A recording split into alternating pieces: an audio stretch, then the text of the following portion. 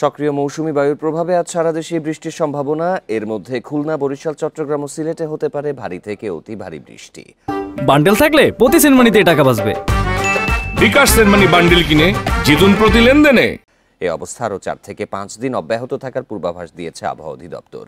সংস্থাটি জানিয়েছে, আজ চট্টগ্রাম, খুলনা সহ 6 জেলার উপর দিয়ে ঘন্টায় 45 থেকে 60 কিলোমিটার বেগে ঝোড়ো হাওয়া বয়ে যেতে পারে। হতে পারে বজ্রবৃষ্টিও।